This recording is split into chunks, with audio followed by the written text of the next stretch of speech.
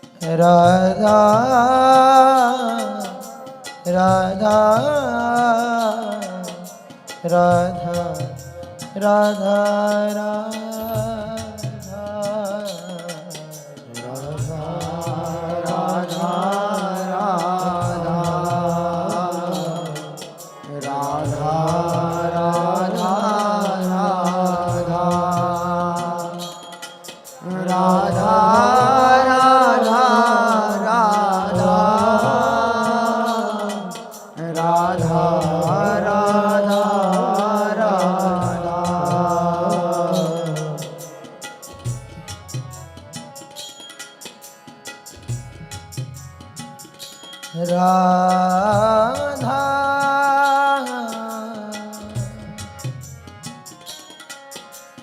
राधा राधा राधा राधा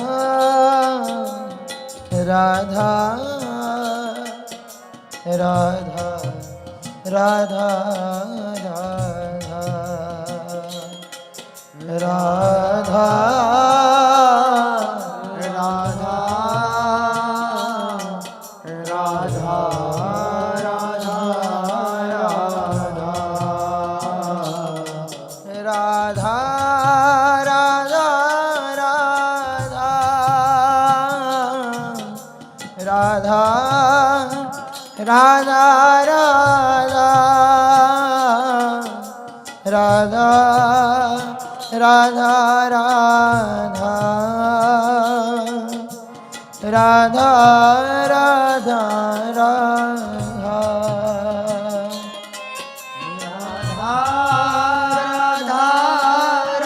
राधा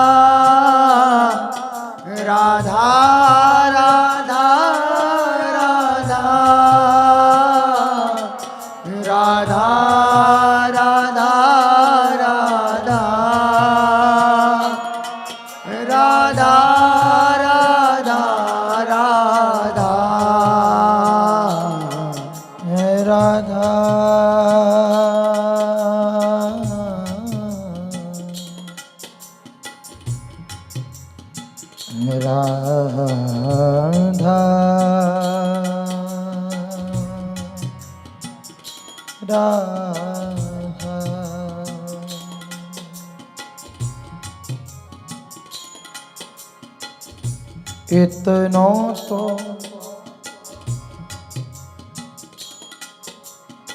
कबहू हसीने हो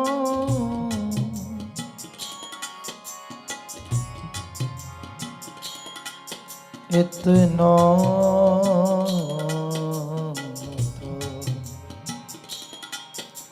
कबहू हसीने हो सुनहु कृपालु किशोरी राधे